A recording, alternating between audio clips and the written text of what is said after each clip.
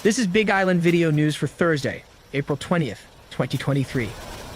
Emergency repairs are needed on the Wailuku Bridge in Hilo, also known as the Singing Bridge, following an April 19th inspection. Effective today, the Hawaii Department of Transportation says it is reducing the weight limit for vehicles crossing the bridge down to 25 tons. The speed limit over the bridge will also be reduced to 10 miles per hour.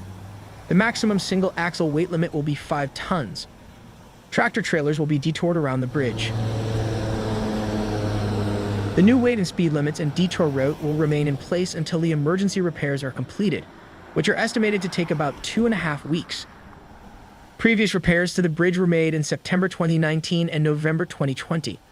A full rehabilitation of the bridge is planned to begin in the year 2026.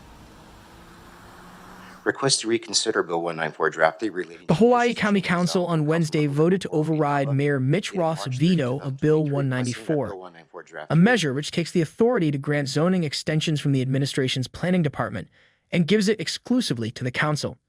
Supporters spoke in favor of the veto override during Wednesday's meeting. Bill 194 provides a good way to curb the planning department's knee-jerk reaction to keep extending developer permits, and these extensions continue to this day. They are blatantly politically motivated favors that have been routinely provided even when zero work on a project has commenced. And it doesn't give us the opportunity to voice our concerns when they make an extension. Who is holding these developers accountable? What happens when they don't follow through on the promises they used to gain what they wanted? There were a few voices in opposition to the bill as well. Requiring all future extensions to go back before the council under equivocal language indicating that the council may or may not grant extensions adds uncertainties to matters the council has already legislated. It effectively gives a different council a second bite at the apple at some future time when the membership and the sense of the council may have changed. Bill 194 is unnecessary, creates additional unpredictability, and makes housing development a moving target. Mayor Roth was unable to defend his veto in person. Instead, Managing Director Lee Lord spoke on his behalf. The administration firmly believes that this bill limits the council's flexibility and makes it even more difficult for us to build housing for local families. This bill will add expense, uncertainty, and difficulty to the rezoning process.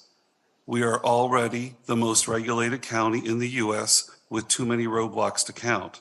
This just adds another roadblock and draws out the process. The bill was first passed by the council with a 6-3 vote, and the council members did not change their position on the measure when given a second chance. By doing it this way, we really ensure that the conditions of the initial approval remain intact, that we're not moving goalposts for applicants.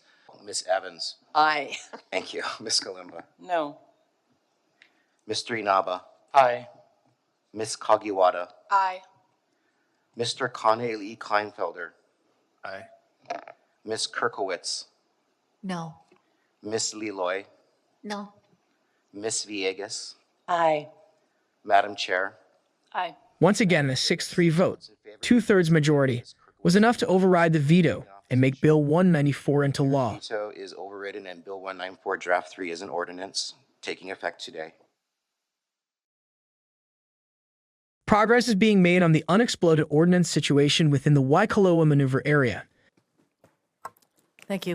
During a U.S. Senate Armed Services Committee hearing on Wednesday, chaired by Hawaii Senator Mazie Hirono, defense officials provided an update on UXO remediation on the Big Island. The response to that question with some very good news. Literally on Tuesday, April 11th, General Spellman, who's the chief engineer for Army Corps of Engineers, sent me a note with good news that the Pacific Ocean Division of the Army Corps has completed the remedial investigation for the critical area there at Waikoloa with 11,000 acres where these are intended to be returned as Hawaiian homelands. That is the completion of that has been submitted to the Hawaii Department of Health for approval and for comment. I believe on the initial comments, there's been some interaction back and forth with the Hawaii Department of Health. And now that the formal remedial investigation and responses have been submitted, the state has 30 days, we hope, to issue no further action, which will then enable HUD to allow the area to be eligible for mortgages so it can finally be used by the people of Hawaii. So I do have some good news on that front. I know it's been a long haul. Cesspools were part of the discussion this week in Washington. During a House Agriculture Committee hearing, Hawaii Congresswoman Jill Tokuda had the chance to ask the administrator of the U.S. Environmental Protection Agency directly about the challenges Hawaii faces as it attempts to convert its many cesspools. There's approximately 88,000 cesspools in Hawaii, most of which are in our small capacity cesspools on our neighboring islands, part of my district. Last August, USDA and EPA launched the Closing America's Wastewater Access Gap Community Initiative to provide technical assistance resources to help historically underserved communities identify and pursue federal funding opportunities, as you know. The initiative started with pilots in 11 communities across the country. Specifically, how were they identified and prioritized? I'm particularly concerned about representation from our AA and HPI communities, geographically isolated communities like many that we find in Hawaii that are struggling with both cost and access to infrastructure.